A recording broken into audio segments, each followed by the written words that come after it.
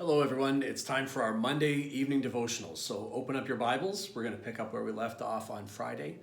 1 Peter chapter 1, and we're looking at verses 17 to 19. So 1 Peter chapter 1, verses 17 to 19. Let me read it to you. Peter says, "And if you call on him as Father, who judges impartially according to one's deeds, conduct yourselves with fear throughout the time of your exile, knowing that you were ransomed from the futile ways inherited from your forefathers, not with perishable things such as silver or gold, but with the precious blood of Christ, like that of a lamb without blemish or spot." Now, as we're tracking through this devotional, I want to pick up on this idea that we talked about a week or two ago, this idea of exile. And I want you to see as we move through this that there's a dramatic shift even within these three verses, okay? You're gonna see what I mean in just a moment. But in order to get into this and recapture this idea of God's people as being people who live in exile, you really have to be fairly well acquainted with the Old Testament account of God's people. And so let me just recap it for you very quickly. When you look at the history of Israel, you see that God's people were a people who were formed around this promise that they made, this covenant with God, that they would live their lives in open gratitude, in thankfulness to the Lord who had delivered them from slavery in Egypt. So when they were sorely oppressed, when they were so badly abused, and they called out to God, and God delivered them from slavery, then they entered into this relationship with God where He was their God, they were His people, and this entire relationship was based on the faithfulness of God, but also on Israel's obedience and joyful obedience to the law that was given to them from God through Moses on Mount Sinai. So God's people are delivered out of slavery. God calls them out to be His own people. He gives them the law, and He says, when you obey the law, you will be blessed. And when you disobey it, well, there's going to be curses that come as well. And so ultimately what God was doing is He was bringing them out of slavery into the promised land. That's what He wanted to do, to bring them into the promised land so that they would worship Him in the wilderness and then come into this inherited land of promise. This was to be their greatest blessing for obedience and trust in His word. Now what happened was, if you probably know this story fairly well, but God's people have a history of disobeying Him, of failing. And so historically, twice in history, God's people were exiled from the promised land. They were sent out after thousands of years of willful disobedience against the Lord and failure to trust in Him and His word. They were sent out in exile under the Assyrians, and then a short while after under the Babylonians. And so that's where this idea of exile comes from, this idea that you were selected and chosen to be God's people. You were delivered from slavery. You were intended to live a life of blessing in the promised land, showing the rest of the world what the glory of God looks like and demonstrating what faithfulness to the words of the Lord looked like. Well, that's the story of God's people, but they fall short. And so historically, they get thrown out of the land twice, exiled. But metaphorically, even you and I, as Christians, we are God's people. We are intended to live a life demonstrating what faithfulness to God and to His word looks like, and yet we live our lives in exile. Well-deserved exile, because we're all too aware of our own sin. We are not in the promised land. The promised land is something that is to come. It's the reward for us that's secured in Jesus Christ by His faithfulness. Okay, we're going to get to that in a moment. So look at verse 17, and we'll dive into this passage. So in verse 17, Peter says, now he's writing to the elect exiles, okay? He's writing to you and me, God's people.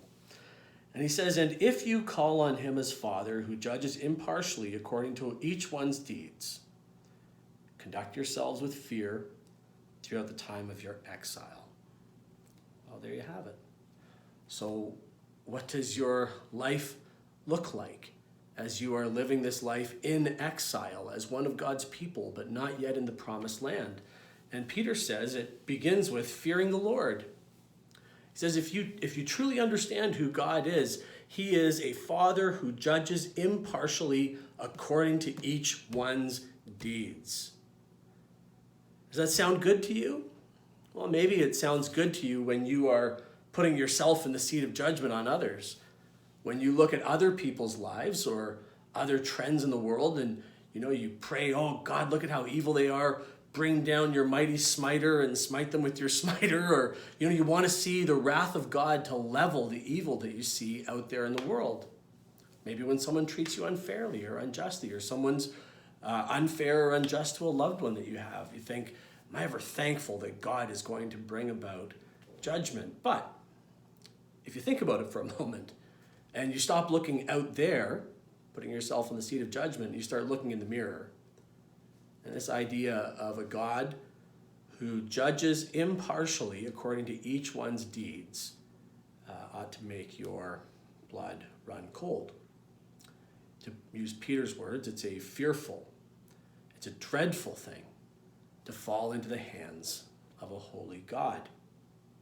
That's why verse 17 reminds us that we are, as Christians, we are living in exile. We are separated from the promises of God to one extent that await us in the new heavens and the new earth. That during this life, the fact of the matter is, and this is a tough one to accept, but the fact of the matter is that each and every one of us live in varying degrees of open rebellion against our good God and Father. And so, we each deserve death. We each deserve hell. We each deserve God's wrath. Now, I want you to think about that for just a moment, okay? During these 80 years that you have on the planet as one of God's children, you could look out over the world and ask questions like, well, how could a good God ever allow, fill in the blank, whatever it may be? And well, how could a good God ever allow something like this to happen? And I think that this is a non-biblically informed way of looking out over the world. Because the biblical picture is that we are all living in exile, that we all deserve hell and death and judgment and God's wrath. And so when you look at the world, you ought not to be surprised when things are working out poorly. Instead, it ought to be a bit of a shock when they work out well. How could God be so lavishly good to rebels who fail to trust in him and push him away and break their promises to him? Well, if exile from the promised land, if exile from the promises of God is the punishment for sin, if it's the failure to do, your deeds, and God's going to judge each person according to their deeds impartially, if exile is the just punishment for failing to do, if disobedience lands us in exile, then all we have is fear, just fear. But the good news is that Peter doesn't leave us there. Okay, look at verses 18 and 19, and here's the shift. Okay, here it is. Because in verses 18 and 19, what Peter's going to tell you is he's saying that this fear that we ought to have toward a God who would judge impartially according to each person's deeds, that fear actually serves a purpose. It's intended to strip you of any sense of self-righteousness that you could ever stand before God on your own. You and I deserve exile if we're going to be judged impartially according to our deeds. It's intended to strip us of our sense of self-righteousness so that we would be pressed into and desperately seek out our only hope. Listen to this in verses 18 and 19.